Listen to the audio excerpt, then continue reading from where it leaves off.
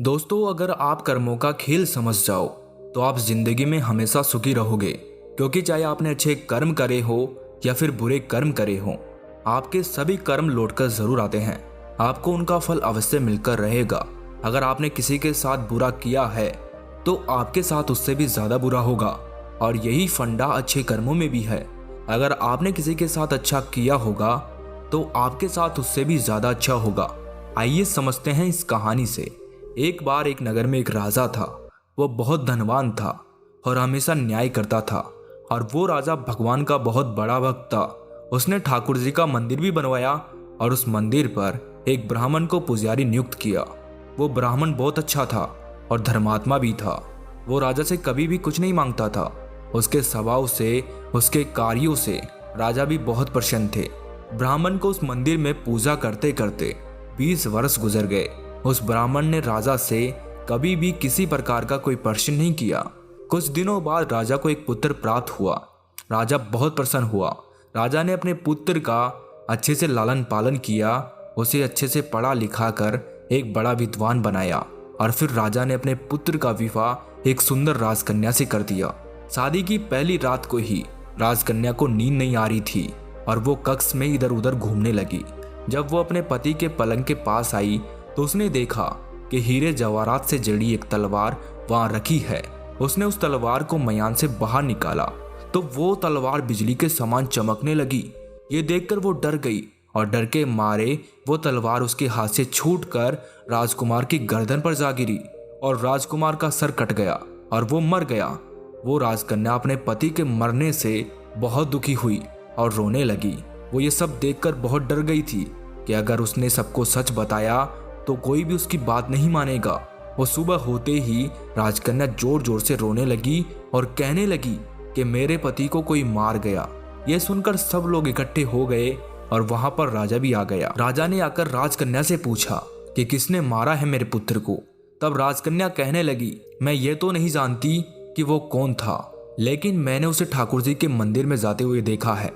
फिर राजा और सभी लोग ठाकुर जी के मंदिर में चले गए।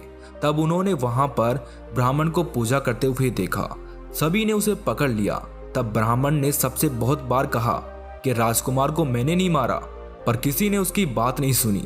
राजा के मन में भी एक बार ये आया कि ब्राह्मण निर्दोष हो सकता है, लेकिन सभी के कहने पर राजा ने ब्राह्मण से कहा कि तुम्हें मृत्युदंड तो नहीं दूंगा, लेकिन जिस हाथ से तुमने मेरे पुत्र को तलवार से मारा है उस हाथ को काटने का आदेश देता हूँ।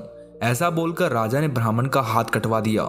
इस पर ब्राह्मण बहुत दुखी हुआ और राजा को अधर्मी मानकर उसका राज्य छोड़कर चला गया।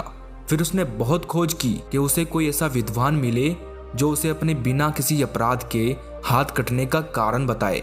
फिर उसे काशी में एक विद्वान ज्योतिषी मिले। वो ज्योतिषी से मिलने के लिए उनके घर गया, पर ज्योतिषी वहां नहीं थे और उनकी पत्नी उनकी आलोचना कर रही थी और उन्हें बहुत बुरा भला कह रही थी। थोड़ी देर में ज्योतिषी वहां घर पर आ गए। उनके घर आने के बाद भी उनकी पत्नी उनका तिरस्कार कर रही थी, पर ज्योतिषी चुप रहे और उन्होंने अपनी स्त्री से कुछ भी नहीं कहा। इसके बाद ज्योतिषी अपनी गद्दी पर जाकर बैठ गए और ब्राह्मण को देखकर ज्योतिषी ने कहा कि कहिए ब्राह्मण देवता, आपका कैसे आना हुआ।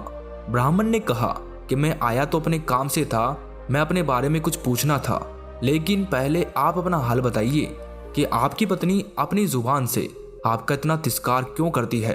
तब ज्योतिषी ने कहा कि ये मेरी स्त्री नहीं है, ये तो मेरा कर्म है। दुनिया में हम जिसे भी देखते हैं, भाई हो, पुत्र हो, शिष्य हो, पिता या कोई भी संबंधी, वो सब हमारा कर्म ही होता है। अपना किया हुआ कोई भी काम, शुभ हो या अशुभ, हमें भोगना ही पड़ता है। इसीलिए मैं अपने कर्मों को खुशी से भोग रहा हूँ। ब्राह्मण ने पूछा, आपने ऐसा क्या कर्म किया था। तब ज्योतिषी ने कहा कि पूर्व जन्म में मैं एक कौवा था और आज जो मेरी स्त्री है वो एक गधी थी जिसकी पीठ पर एक फोड़ा हो गया था और फोड़े की पीड़ा से वो बहुत दुखी थी। उस फोड़े में कीड़े पड़ गए थे जिन्हें खाने के लिए मैं इसके फोड़े पर चोंच मारता था, जिसके कारण इसे असह्य दर्द होता था। एक बार इसकी पीठ पर चोंच मारते हुए मेरी चोंच इसकी हड्डी में घुस गई और वो दर्द से तड़पने लगी। मैंने भी चोंच निकालने की बहुत कोशिश की, परंतु मेरी चोंच अटक गई थी और वो नहीं निकल पाई। इसने सोचा कि पानी में मैं अपनी चोंच निकाल लूंगा और ऐसा सोचकर इसने गंगा नदी में प्रवेश कर लिया। गंगा का प्रवाह बहुत तेज था, जिसके कारण हम दोनों बह गए और फिर बीच में ही मर गए। तब गंगा के प्रभाव से ये तो ब्राह्मणी बनी और मैं बहुत बड़ा ज्योतिषी बना, और आज ये मेरी पत्नी है जो कुछ दिनों के लिए मुझे अपने मुंह से गालियां निकालेगी और मुझे दुख देगी। लेकिन मैंने चोर इसे दर्द पहुंचाने के लिए नहीं मारी थी, इसीलिए इसकी समझ एक दिन ठीक हो जाएगी और अपने पूर्व कर्मों का फल समझकर मैं इसे सहन कर रहा हूँ और मैं इसीलिए शांत हूँ और उस दिन की प्रतीक्षा कर रहा हूँ जिस दिन इसका स्वभाव अच्छा हो जाएगा। अब आप कहो कि आप यहाँ किस लिए आए हो? ब्राह्मण ने अपने साथ घटी सारी घटना बताई और पूछा, अधर्मी पापी राजा ने मुझ निरपराधी का हाथ क्यों कटवाया?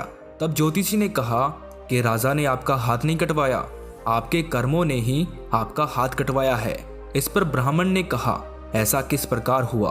तो ज्योतिषी ने कहा कि पूर्व जन्म में आप एक तपस्वी थे और राजकन्या एक गाय थी तथा राजकुमार एक कसाई था। जब कसाई गाय को मारने लगा तब गाय अपनी जान बचाकर आपके सामने से जंगल में भाग गई थी और फिर पीछे से कसाई आया और उसने आपसे पूछा कि गाय इधर तो नहीं आई।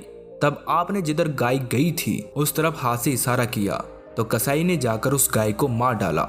इतने में ही जंगल में एक शेर आया और उस शेर ने गाय और कसाई दोनों को खा लिया। तब कसाई को राजकुमार और गाय को राजकन्या का जन्म मिला एवं पूर्व जन्म में किए हुए कर्म ने एक रात्रि के लिए उन दोनों को एक जगह किया, क्योंकि कसाई ने गाय को हंसिए से मारा था। इसी कारण राजकन्या के हाथों गलती से ही तलवार गिरने के कारण राजकुमार का सर कट गया और वो मर गया। इस तरह से अपना फल देकर कर्म निवृत्त हो गया और तुमने हाथ का जो इशारा किया था उस पाप कर्म ने ही तुम्हारा हाथ कटवा दिया। इसमें तुम्हारा दोष है, किसी और का नहीं है। ऐसा सोचकर सुखपूर्वक अपना जीवन व्यतीत करो। दोस्तों, यदि हम इस कर्म के सिद्धांत को मान ले और जान ले तो हम किसी भी घोर कर्म का फल भोगते हुए कभी दुखी नहीं होंगे। देखा दोस्तों, हमें अपने कर्मों का फल किस प्रकार मिलता है।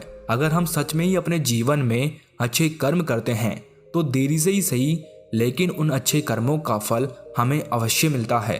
और अगर हम कभी बुरे कर्म करते हैं या फिर किसी के साथ गलत करते हैं तो उसका फल भी हमें कभी ना कभी मिलकर रहता है। हमें कभी भी जाने या अनजाने में किसी के साथ भी गलत नहीं करना चाहिए, क्योंकि ये बात बिल्कुल सत्य है कि हम किसी के साथ जितना गलत करते हैं हमारे साथ उससे भी ज्यादा गलत होता है।